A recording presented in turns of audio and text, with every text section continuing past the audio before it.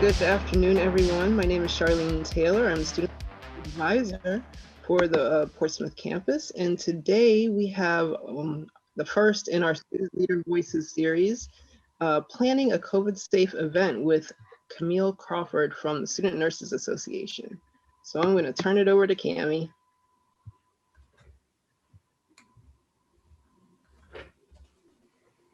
That's me. Somehow I was muted. I don't know how that happened, but I'm here. So my name is Cami Crawford. I prefer to go by Cami. This is me, in case you all were wondering. I actually ended up having my wedding right before the whole COVID thing happened on March 8th, 2020. And as you guys know, we break for spring break, and then we had an extra week, and then we were all online. So COVID's been interesting. These are my two dogs, Zoe and Hope. I absolutely love dogs. So if you guys just so happen to get my email and send me some dog photos, they wouldn't make me sad at all. And this is my family. I absolutely love my family. I'm completely family-oriented person. As I believe Ms. Charlene said, I am the president of Student Nurses Association, which also means I am in nursing school with both TCC and ODU. I'm doing their concurrent enrollment program. So I finished TCC in December, and I finished with ODU, graduating with a bachelor's in May, I believe it is. So the reason I'm hosting this talk is because last semester, the SNA successfully planned and executed a COVID-safe event on the Portsmouth campus. And our event was called the Drive-Through SNA, where we allowed people to turn in their membership forms, pay their membership dues, have their hours signed off on, and buy merchandise. And in order to pass these things into people through their vehicles, because it was a drive-through event, we would use these little handmade baskets where we taped a basket to the end of a pole and put it through the passenger window to make sure that we were staying 6 feet apart from one another.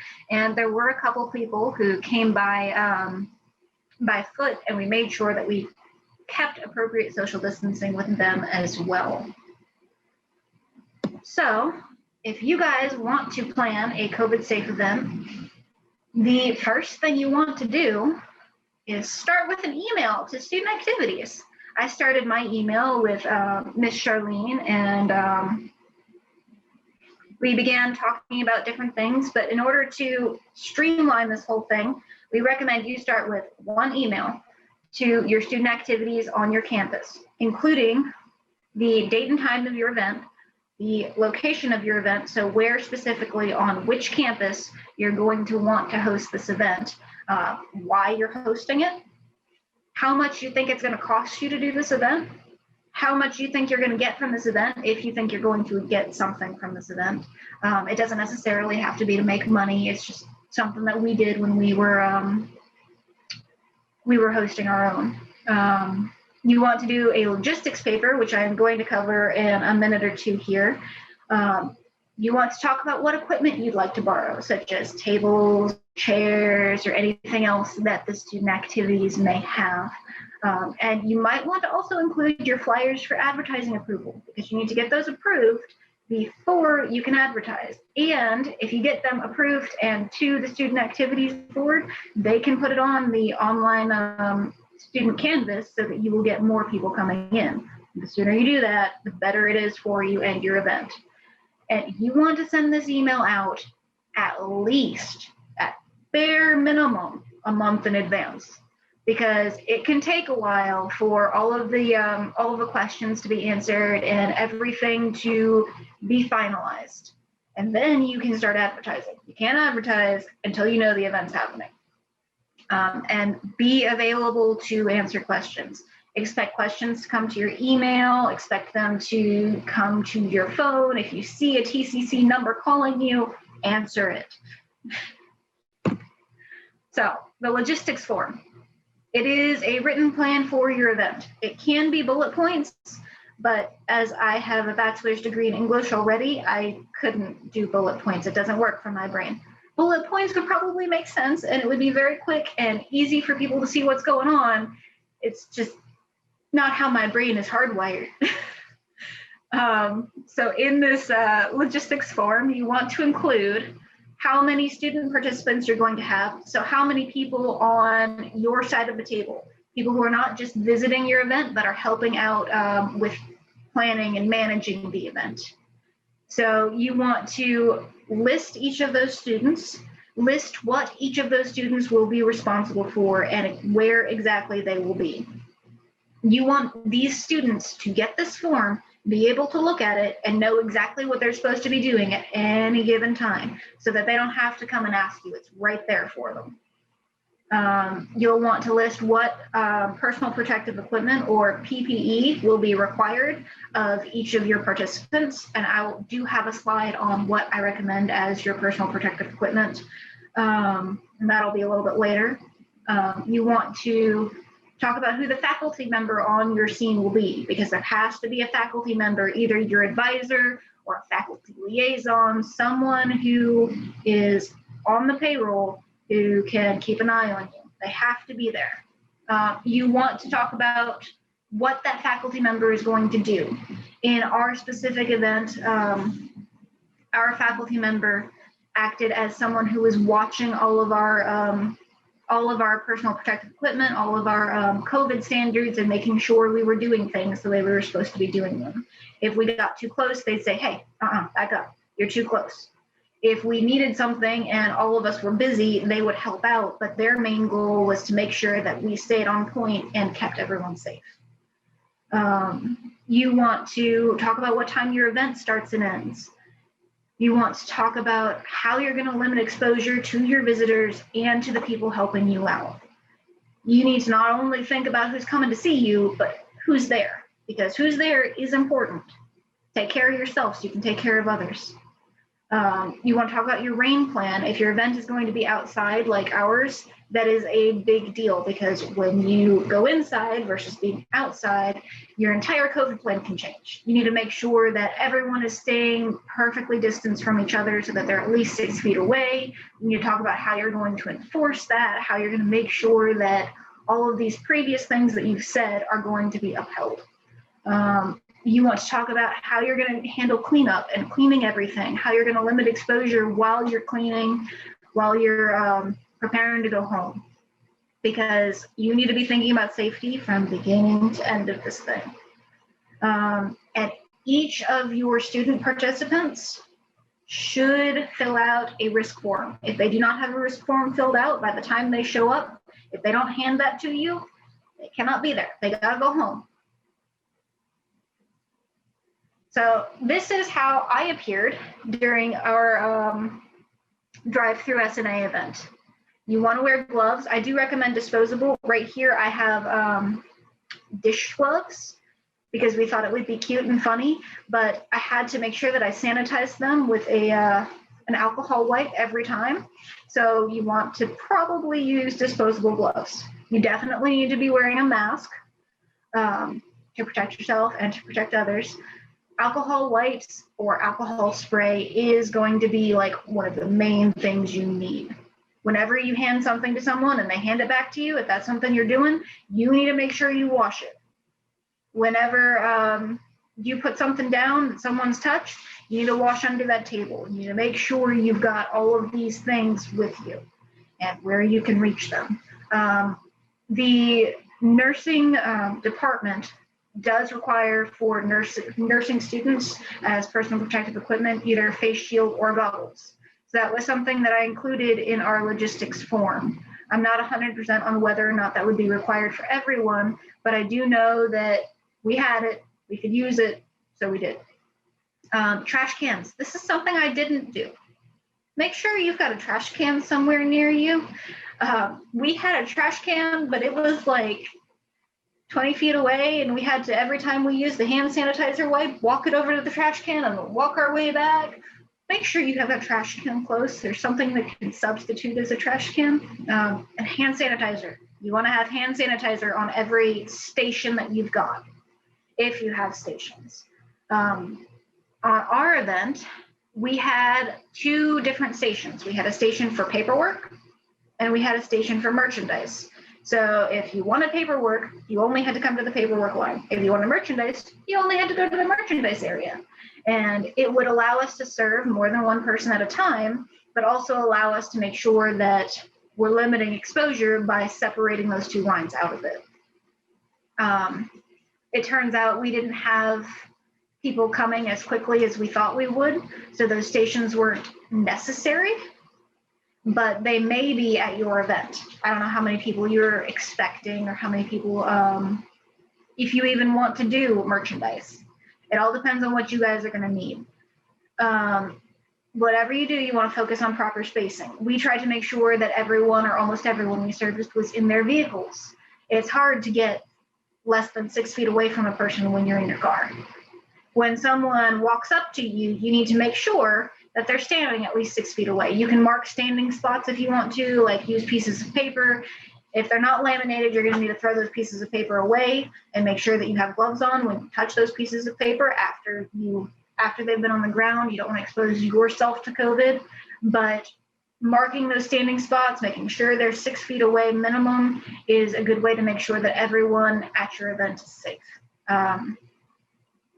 If you are doing merchandise, I do recommend displaying the merchandise for everyone to see.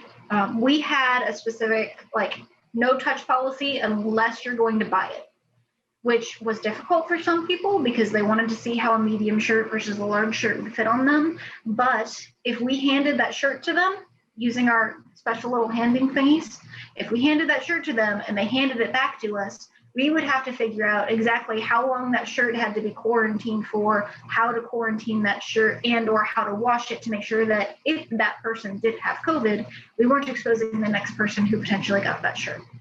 So that might be something you want to put in your logistics form as well. If your touching policy is like ours and you say, if you touch it, you got to buy it, that's a nice and simple 1-line kind of touching policy. But if you're going to let people look at them and grab them and give them back, you're going to want to do some research into what type of fabric you have, how long this specific kind of fabric has to be quarantined for, how long can COVID live on that surface, how do you clean it, those kinds of things. Prepare all of your cleaning necessities, make sure they're where you can reach them when you need them. For instance, don't have your alcohol wipes in a box and then your first person shows up and you're trying to wipe things off, but your alcohol wipes are over there in a box and you've got gloves on and you can't go digging in that box with gloves on. So you've got to put a new pair of gloves on to dig in the box to get the alcohol wipe out, to wipe everything down. Make sure it's close to you. It's much easier. If you're going to be selling merchandise or accepting money, you are going to need to visit the business office and get the receipt book. Make sure if you're visiting the business office and you need the receipt book, you bring your student ID, because I didn't, and it's not a good thing. They just don't let you check out the receipt book, so I had to wait for another one of our officers to show up who was smart and brought their ID. When cleaning up your COVID-safe event, you're going to want to make sure you wipe down every surface before you put it away. So that includes like chairs you were sitting on, tables that you've borrowed. Wipe everything before you go to store it.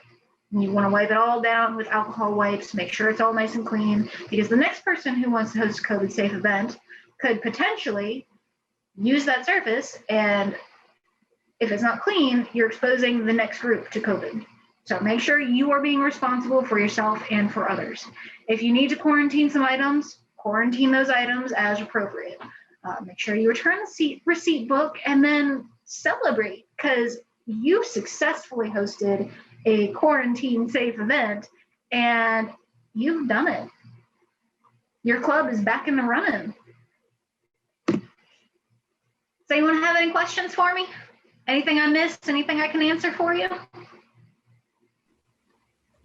Cami, I think you did great. Thank you. Yeah. We had a lot of fun at our event. It was it was a great time to see other people. Mhm. That was exciting. So I know one of the conversations on the table for SGA right now is having a COVID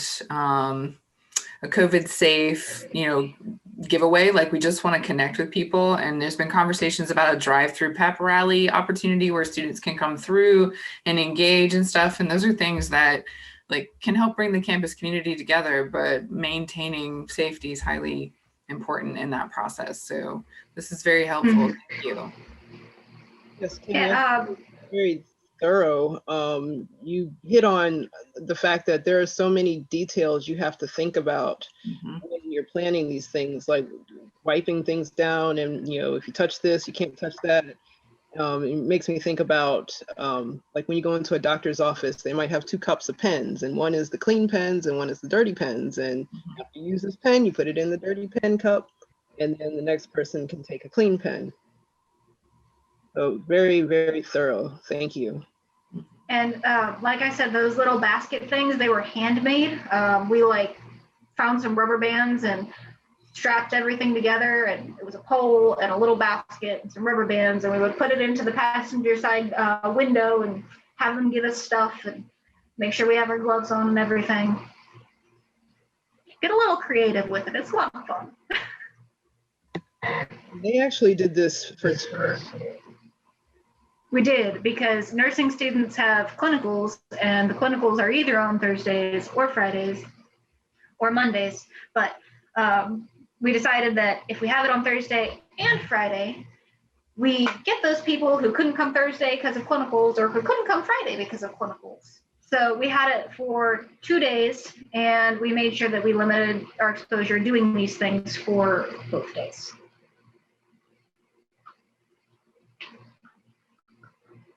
And you guys can feel free to shoot me an email too if you have any questions. I will quickly go ahead and put my email in the chat.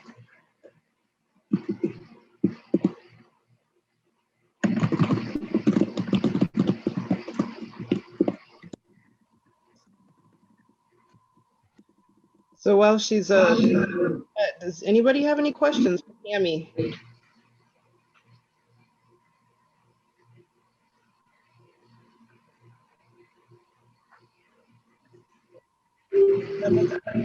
So thorough. I tried to cover everything, but inevitably something will be missed. So make sure that you guys are really thinking through the event. Think of it as, approach it from different points. If I was coming to my event and I had COVID, how would I make sure that no one else got COVID from that one person? And naturally, we wouldn't want that to happen, but just in case, think of it from I am hosting this event and I potentially have COVID. How do I not expose other people? Do not come to an event if you have COVID. It's the way I was thinking about things when I was working the event. Like, if one person had COVID and they came to my event, I want to make sure everyone else, including myself, and switch it up. I think that's a great point. If you discover something that I missed, please let me know, because we plan on hosting another event sometime at the end of March or beginning of April, and we will be sending you an email very soon. All right. Well, like I mentioned, this is the first in a series of what we're calling our student leader voices. And what these are leadership sessions that are led by students. And they're only meant to be about 20 minutes long, with about 10 minutes for questions afterwards. And if you, a TCC student who is here or watching this recording later, is interested in doing one of these sessions, you can email us at the Virtual Student Center, vsc@tcc.edu, and let us know a topic that you want to talk about and share. It could be a session that you have attended that you found very appealing to you, or maybe you have experience doing something. Maybe you are a leader in a club, or you did some great leadership training or workshop somewhere else, and you want to share that information with your fellow students. uh, that's what this is for. And these will be peppered throughout the semester. And we hope to have more students participate and do these sessions. We actually did a few of them last year in the spring at the Portsmouth campus. We had a few students, maybe 3 students, and actually one was a student organization, and the 2 leaders of that organization did a session together. So, you know, if you want to work with somebody else to lead a session, you can do that. But you know, think about like what can you share with your fellow classmates, and you know, what knowledge can you pass on. And you know, you don't have to be an expert to be able to give a session. So definitely, you know, consider that, and you know, shoot us an email at vsc@tcc.edu and let us know if you want to do a session. So I'm going to last call for questions for Cami. I'm here.